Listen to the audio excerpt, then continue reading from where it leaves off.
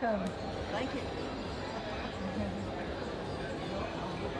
So, I'd like to welcome you all to a journey into love or a journey into understanding love.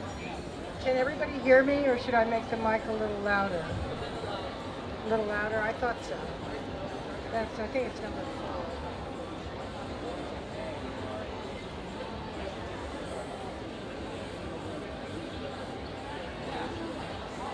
Hello, hello. Is that louder? Is that louder? Yes? Okay. All right. So apparently that's the right one. So I'm guessing the sound is okay now? All right, great.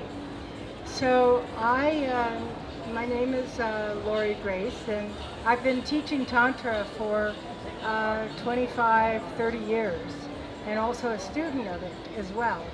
And I'm here to share a very brief introduction to something that we're coming out of lockdown, reopening, okay? Both here and in Maui, Hawaii. And so I also have moved into a partnership with Kadar and Shelley. Why don't you come on up?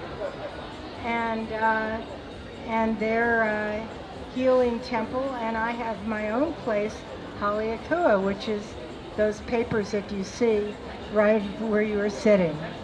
So just before that, if you want to say for a moment what you're doing, we're partnering together. They come to Kadar and Shelley's for healing work and stay at my place. So just say a word or two about what you're doing, including the variety. Okay, aloha. Nice to see you all. Welcome. And I'm Shelley, and I do shamanic koan therapy. We give delicious vegetarian food, and it's an amazing experience. You use our spa, and I'll let Kadar say what he does. So what we found is stress, toxins, inflammation equals disharmony, dis-ease. So we found by unwinding and doing koan therapy, working with our energy tools and machines, we help you to get back in love with yourself again and get lined up. Sometimes we say that we're a full chakra ministry. We begin in the basement and we go all the way to the penthouse suite. And if you've got it in you, we'll get it out of you. And so it's a body, mind, spirit experience. And it's in beautiful Maui, which is a healing island. And feel so blessed to partner with Lori here. She has an amazing private resort right in the rainforest, and we're so happy. We'd love to serve any of you anytime this year and next year. Thank you so much. And just to add, something that excites me in particular about what they do is they do work with oxygenation, with ozone, with hyperbaric oxygen, with other kinds of strategies. And this really can help us enhance our lives, enhance and stop any tendency towards cognitive decline, enhance us, help us, make us smarter, brighter, and if we have either us or some relative that ends up with Alzheimer's or Parkinson's, it can help tremendously. So with neurologic things. So I'm just very happy. And with that, I want to thank you, and we'll move on. So as I said, I've been teaching for a long time. I came to Tantra out of my own longing to heal from my own self. I had been introduced to sex by being raped, and also I came from a very puritanical upbringing. And so there was a certain amount of shame and hiding and these sorts of things that affected me. But I began to get excited about Tantra because it brought together the spiritual and the sexual and the path of holy relationship. And what that meant was there's a possibility that we can kind of go to God together. We can blend with the universe together. We can blend in ourselves if we are single. And I want to explain that a little bit more. that Tantra comes from the Sanskrit word Tantra, meaning to connect. And what that refers to is connecting within ourselves, connecting all the chakras energetically, connecting possibly with a partner or a beloved, connecting with community, and ultimately connecting with spirit and with all of life, with God, Goddess. And so, just to let you know, in Tibet, the highest option was Mahamudra, or an experience of orgasmic union with God. Now, what does that mean? Well, let me ask you. And also something that combines and ennobles sexuality and also enables us to heal from sexual wounds, of which there are many in our culture. Okay? So I've been asking this a question to people all over the world where I've taught Tantra, and I'm going to ask you to raise your hand if you say yes to any of these questions, okay? So, and just to finish editing for a moment, I just want to say that that experience of Mahamudra, or orgasmic union with God, so to speak, is a place where there is a flow of energy, and where you, in essence, there is no mind, there's just energy and flow and surrender and breath, okay? And that can happen independently, or it can happen with a partner. But let me ask you, how many of you have had a longing to bring more sacredness to your sexual life? If you've had that at any time, raise your hand. Any longings? Okay? And then how many of you have had an experience, whether you're dancing, whether you're making love, whether for a short period of time or for a longer period of time, where you're just come over with an energy as though the energy is guiding your movements, and you've had a relative lack of thought? How many of you have had that experience for a short or longer period of time? Okay. And how many of you have had an experience even for a small little time or for a longer time when making love with a beloved, where you're making love and you kind of move into a place of energetic movement and breath, and there is no thought? If you've had that, raise your hand. Wow, a lot of you. I'm impressed. And how many of you, when looking back at those experiences, when remembering that really cosmic experience that happened to you, thought that there might have, or wondered if there was something that you were doing with your body or your breath that helped you have that experience?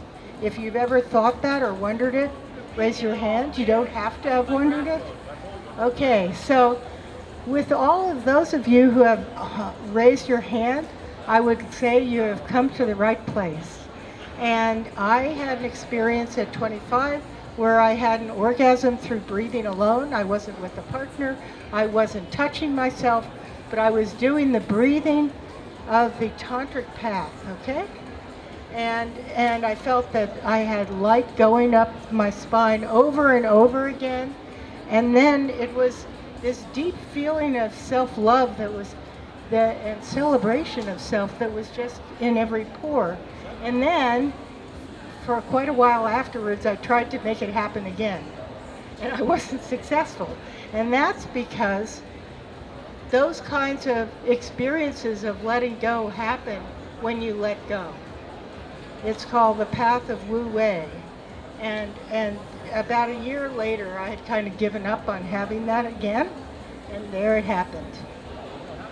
And this time I actually was with a partner.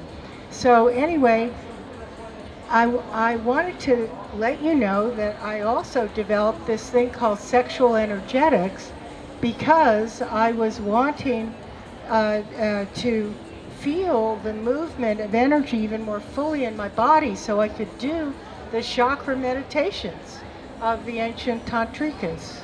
And so I had trained in Reichian therapy. That's not Reiki, that's Wilhelm Reich. I had trained with him for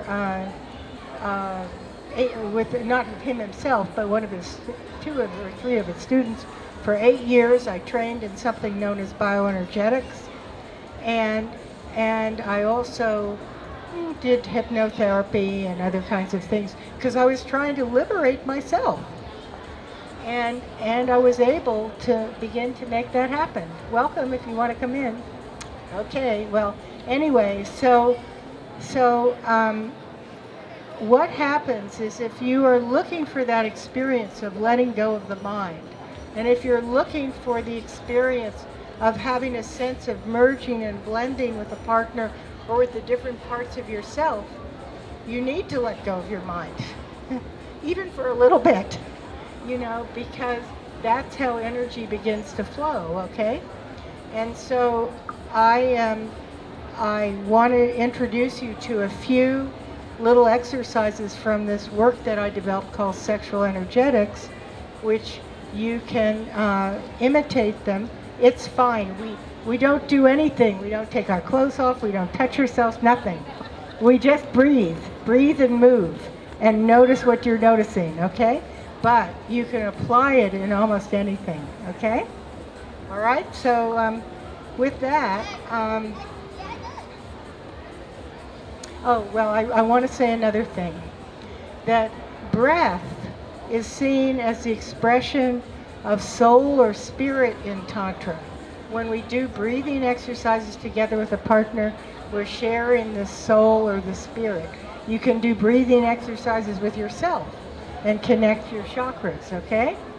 And so we want to look, when we look for opening up our bodies and feeling the flow of energy, we want to look for ways of being and also enhancing our sexual life, ways of being that helps us with the flow of energy, and then helps us with sometimes with a partner.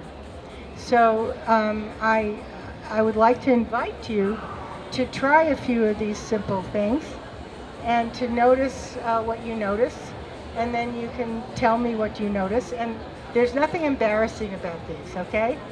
All right, so you can, I want to invite you to rise to a standing position. Okay, and so the first thing I'd like you to do is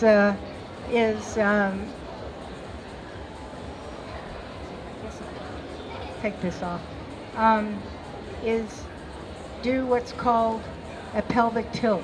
Okay, so what you do is you inhale and bring your pelvis back. In Reiki and bioenergetic therapy was considered cocking the pelvis, and you bring it forward. Knees slightly bent, okay? Inhale, exhale. And begin to inhale back, and then exhale with a sound. Ah. Let me hear some sounds. Ah, perfect. Ah. Ah. That's right. Inhale back, exhale forward. Ah. Ah, very good. Okay, all right. And now let's do another thing. I'd like you to bring your pelvis around in a great big circle like this. Big, wide circle. And with this, you want to let your shoulders be quite even. So you're not doing something like this, which is actually more a frozen pelvis. You're actually letting your shoulders be pretty level, as though you were a young student in a tantric temple and you carried one jar of oil on your shoulder, one jar of amrita or nectar. I'll tell you about that in a later class. And you're walking and you don't want to tip your jars, okay? So your knees are slightly bent and you're moving around. That's right. And then take a moment just to feel the deliciousness of moving your pelvis around in a circle, opening it up, feeling it, That's right. Knees slightly bent, feeling. Okay, right. Okay, now I'm going to ask you to do a funny little thing that will seem absolutely crazy, but then you'll get to discover something. I'd like you to keep your pelvis going and to move your jaw in a little circle. And breathe. And you don't have to do a big wide circle like this. You just do a little one.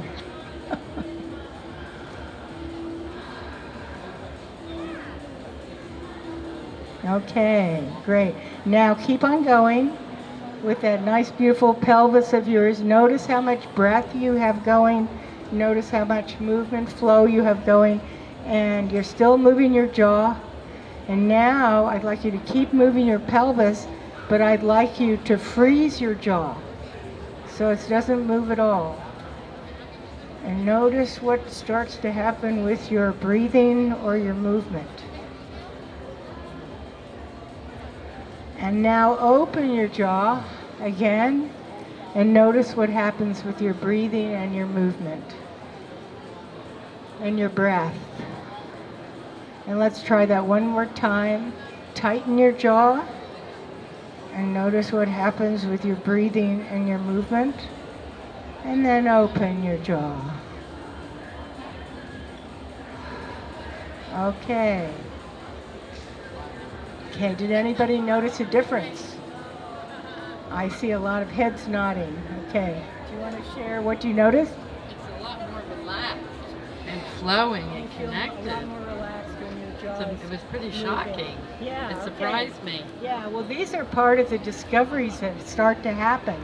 Okay? So you might say, okay, I can see this as something to do, perhaps, with Tantra, but how does it have anything to do with my sexuality? Okay? Well, I want you to know I've watched many people make love in some group workshops that I have and also in private sessions.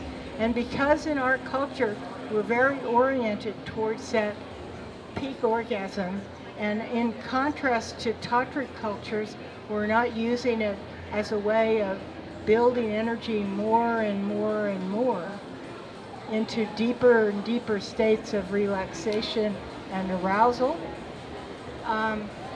It's very new, and so you might say, so yeah, you can sit down because I'm going to ask you to stand up again.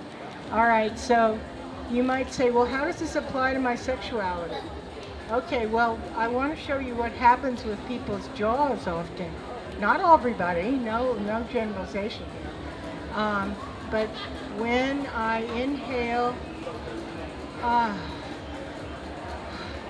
because there's this focus on getting an orgasm or avoiding ejaculating before my female partner orgasms and this kinds of thing, what happens is the jaw gets very involved in control.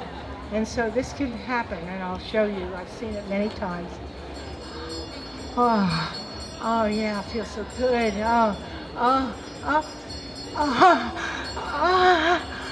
Keep going.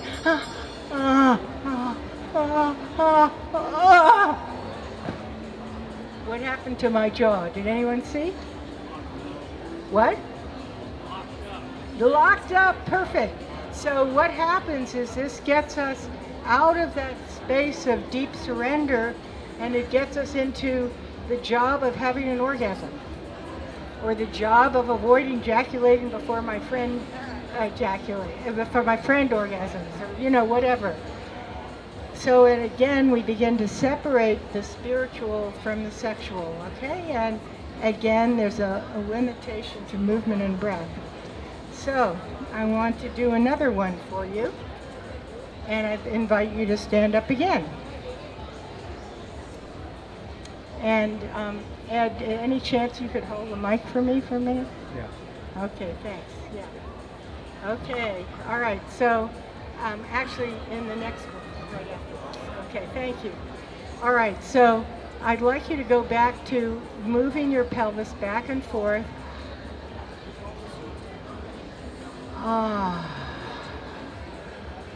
Ah. And let's hear a little sound. Ah. Opening the throat. Ah. Ah. Okay. All right. So I'd like you to make a sound, and I'd like you to see what it feels like making a sound, and then we'll move our pelvis and make no sound. So you can compare the difference. So inhale back, exhale forward. All right, let's make a sound. Ah. You won't notice a difference unless you make a sound, by the way. Ah. Ah, relaxing your jaw. Ah. Now move back and forth with no sound.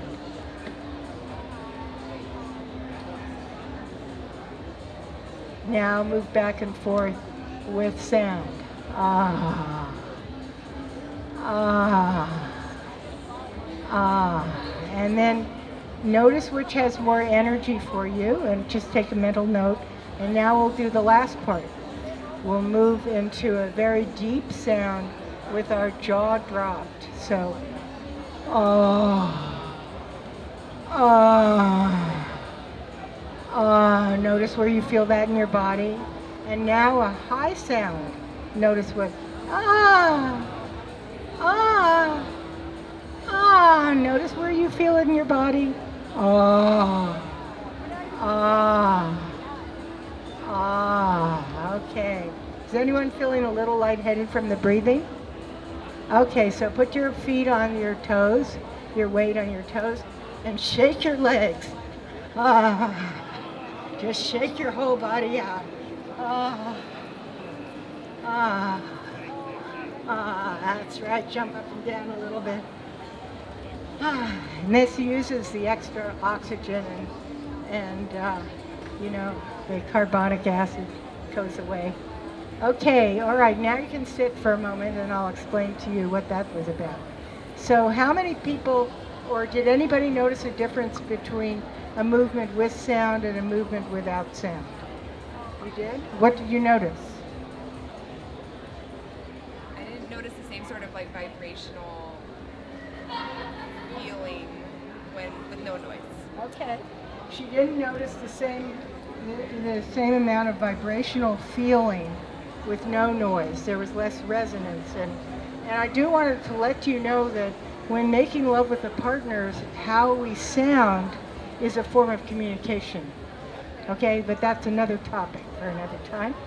But I just want to say that this is a something in Tantra. We encourage people to make sounds, to work with sound.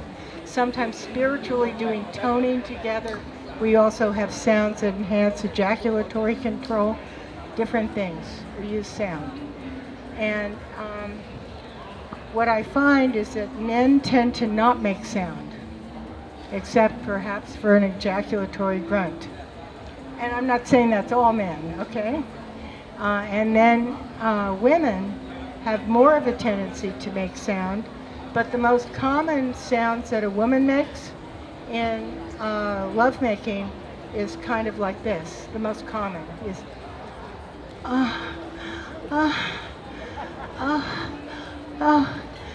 yes, oh yeah, oh keep going,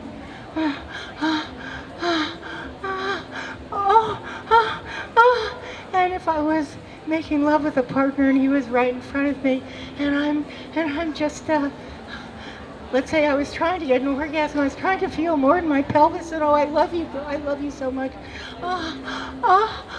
If I just get down in my belly,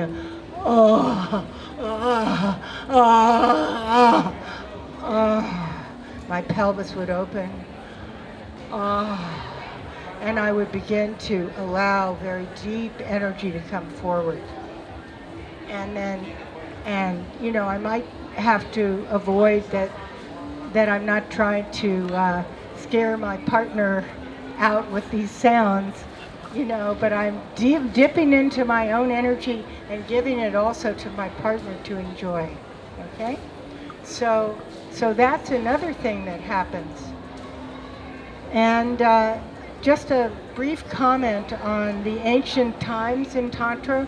Tantra was developed by priestesses in about 4000 BC in ancient India, and then later there was an Aryan invasion in 3000. It became much more patriarchal. But I do want to say there are empowered images of goddesses who really embraced their sexuality back in the ancient matriarchal times. And for example, there was Inanna, when the queen of heaven and earth, growing up in Mesopotamia, and when she wanted a lover, she had the court poet write a poem of praise about her vulva, and it was proclaimed throughout the universe to attract her lover. I mean, this is an example of a female that is really owning something very special and big, okay? And then Inanna, when she was still looking for her partner, said, "Who will plow my fertile fields? Who will make cream in my black boat?" Okay? We don't ever hear that kind of empowerment, okay? But we live in a very different world. We do live in a world where there's been plenty of sexual abuse and other problems, so that the opportunity is to begin to heal and to begin to support female empowerment, and to know that men benefit too, and that we can create another kind of culture. Okay? So that's that part. So I wanted to bring that forward, and we have a little bit more time. So I'd like to invite you to stand one more time. And what I'd like is for you to have yourself go back to moving your pelvis back and forward, like we practiced before. Inhaling, exhaling forward. Inhaling, exhaling forward. And take a moment to notice the amount of breath and movement. And open your jaw and let your mouth open with a sound now. Ah. Ah. Ah. And now I'd like you to keep moving your pelvis backward and forward, but I'd like you to tighten your knees and notice what happens with your movement and breath. And now I'd like you to bend your knees and notice what happens to your movement and breath.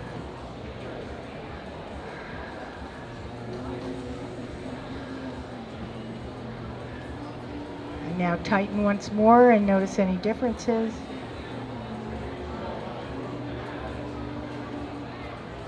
And then loosen again. Ah.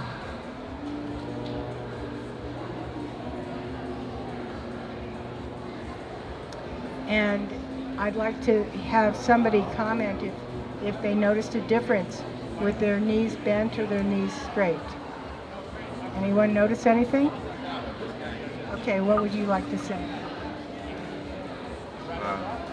It's better with the knees bent. It's better with the knees bent, he said. How many people felt more ability to breathe deeply and to have more movement? Raise your hand. Okay, it's practically the whole group here. All right, very good. So I want to show you how that applies to sexuality, and actually I'm going to demonstrate something on that table, or I'm going to get on the table. And I invite you to come along, and this I definitely need you holding the mic. Okay, we have 5 minutes. Yep. So I'm going to show you what it means to be grounded in lovemaking. And this is only the woman's position. The men's position is different, but to be able to learn these things, you need to come to my further classes, because I only have 5 minutes, okay? But I'll show you the woman's one. So Ed, if you would just come over. And, Are you going to be at the table? Yes. I'm just pointing now at the I'll table. be standing on it. I'll be lying on it. You can certainly come on. Come on out, everybody. Okay, very good. going on the table. All right? Yes, wow. Very good. Emma, do let us out of the house. Do let us each other again. So you might say, well, I notice that this creates more movement and flow, but what does this do in terms of sexuality? What the heck do you mean by being grounded in a sexual experience? Okay? And by the way, we talk about being grounded in communication in the next presentation of Catholicism, which I'm also teaching. That wire. So, if let's say I'm in the missionary position, my legs are down on the ground, this is very common, okay? What is my movement and breath? And I'm largely using my buttock muscles and my abdominal muscles to kind of move my pelvis, squeeze, and in our culture there's also a very large amount of squeezing and tightening in the legs. Okay, so what's starting to happen with movement and breath? Nothing. And what's happening with flowing with the partner and blending with the universe? Nada, nothing. Okay, so now, if I ground my legs, and this is a little shorter than I might like, but all of a sudden, I have a lot of movement.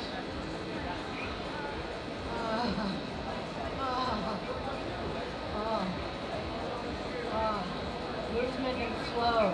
And then there begins to become involuntary releases that start to happen. And you can go very quickly.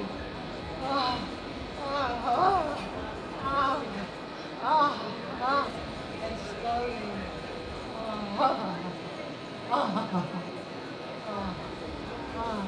And then if you notice my neck is very free. That's a whole other study. Okay? Some of you, and these, I'm not making these up, these reference, okay? So now, we're in the last 3 minutes that you One difference is you're using your feet to get leverage. That's what happens. It's called being grounded. Something that you can learn in later classes, yeah? And you can begin to add the softness of the belly that can take in all the breath, movement and flow through the whole body. Okay? And then when you're, and this would go whether you were even masturbating. You know, you could do it that way. You could do it with movement and breath. And you begin, did you see how my face flushed? A little bit, I have makeup on. I don't know. It's short through. There is a movement all the way up through from the bottom to the top. And you add sexual intercourse, my God. You know, it's really awesome. Okay? So, we have 1 more minute. And I wanted to say, isn't that flush? You don't need makeup in your flush. You get the flush from the flush rather than makeup. well, it's just the energy. The energy is moving up to my top chakra, and that's how my body is moving. And not everybody flushes, but it's an example. And you can see there's a difference in my energy just from a few little bits of breathing. Yeah. So in my later classes, we begin to teach this. We teach men how to do it, we teach women how to do it, we teach couples how to do it, and to begin to have this flow that builds and builds and builds. Okay? So that orgasm is no longer up and down. You know, and for women who have more than one orgasm, it could be up, down, and up, down, and up, down. You know, but we're looking to blend the sacred and the sexual. Okay? And have a blending and merging of all chakras of our body. So with that, it's 5:45. Thank you. If you want to come to our booth or take a look at your packets, we are teaching again in Marin. We have something coming up on, I think it's the 24th of May, and, you know, other times that you can sign up. We have a booth, but right now we're here, and the next thing I'm teaching is how to bring embodiment into compassionate communication and how to enhance how we talk and how we listen by being grounded. Surprise? No surprise. Okay, so anyway, thank you, everybody. Thank you.